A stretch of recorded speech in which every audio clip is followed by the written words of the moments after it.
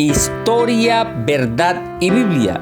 Este fue el decreto de la muerte del cuerpo de parte de Dios y la destrucción de lo formado y vuelto a su origen.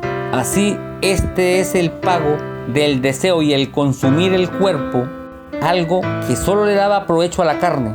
Se le dijo, de polvo eres y al polvo volverás. Así lo afirma Génesis 3, 17 al 19. Es más claro decir que todo cuerpo hecho de carne lleva en sí la consecuencia del pecado. De ahí surge la pregunta, ¿por qué el cuerpo peca y el alma paga? Pero primero yo te explico para que logres entender de qué se está tratando el tema. La Biblia afirma que por medio de un hombre entró el pecado en el mundo y por el pecado entró la muerte. Así lo afirma Romanos 5:12. Ahora entiende, el cuerpo es un habitáculo hecho de carne, habitado por un alma y esta ferviente en movilización con un espíritu. Por eso Dios aclara, el alma que pecare, ésta morirá, según Ezequiel 18:20. Como son tres en uno, entiende que las oraciones fortalecen al espíritu, porque los tres están unidos. Cristo dijo con respecto a esto, el espíritu a la verdad quiere, pero la carne es débil. Así lo afirma Mateo 26:41. Más claro y entiende, el placer va para el alma, porque el corazón sale de las intenciones y el corazón es el habitáculo de varias funciones principales. Este siente, piensa y decide. Así lo afirma Cristo en Mateo 15:19, pero el gusto lo recibes el cuerpo.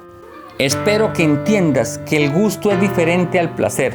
El gusto es el sentido de percepción del cuerpo, ejemplo, la percepción del sabor, dulce, salado, frío, caliente, etc. Y el placer es la reacción o el sentido de estas respuestas. Te especifico, todo placer procede del alma, ejemplo, me alegro que te vaya bien o viceversa, me da tristeza ver tu dolor, o sea, el placer son las emociones del alma. La unión del placer con el gusto en exceso son aditivos y nublan el pensamiento.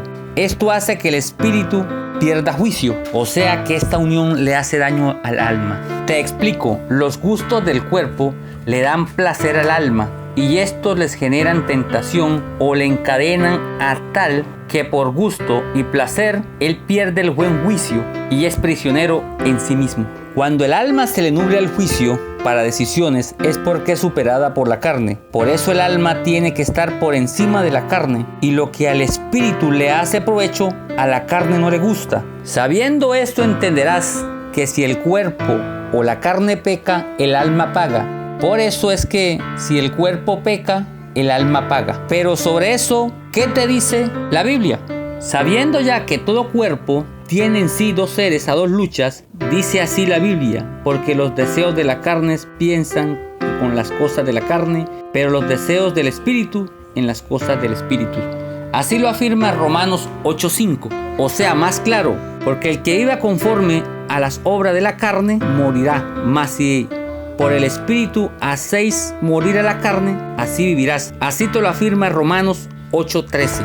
O sea, después del hombre consumir el fruto del bien y el mal, la carne tiene una lucha continua con el espíritu y esto no hace que el espíritu progrese. Así lo afirma Gálatas 5:17.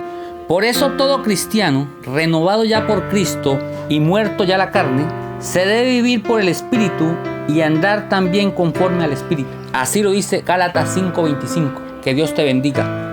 Amén. Hola, espero que les haya gustado. No se olvide que cada fin de semana subimos nuevo contenido, porque esto es Historia, Verdad de la Biblia.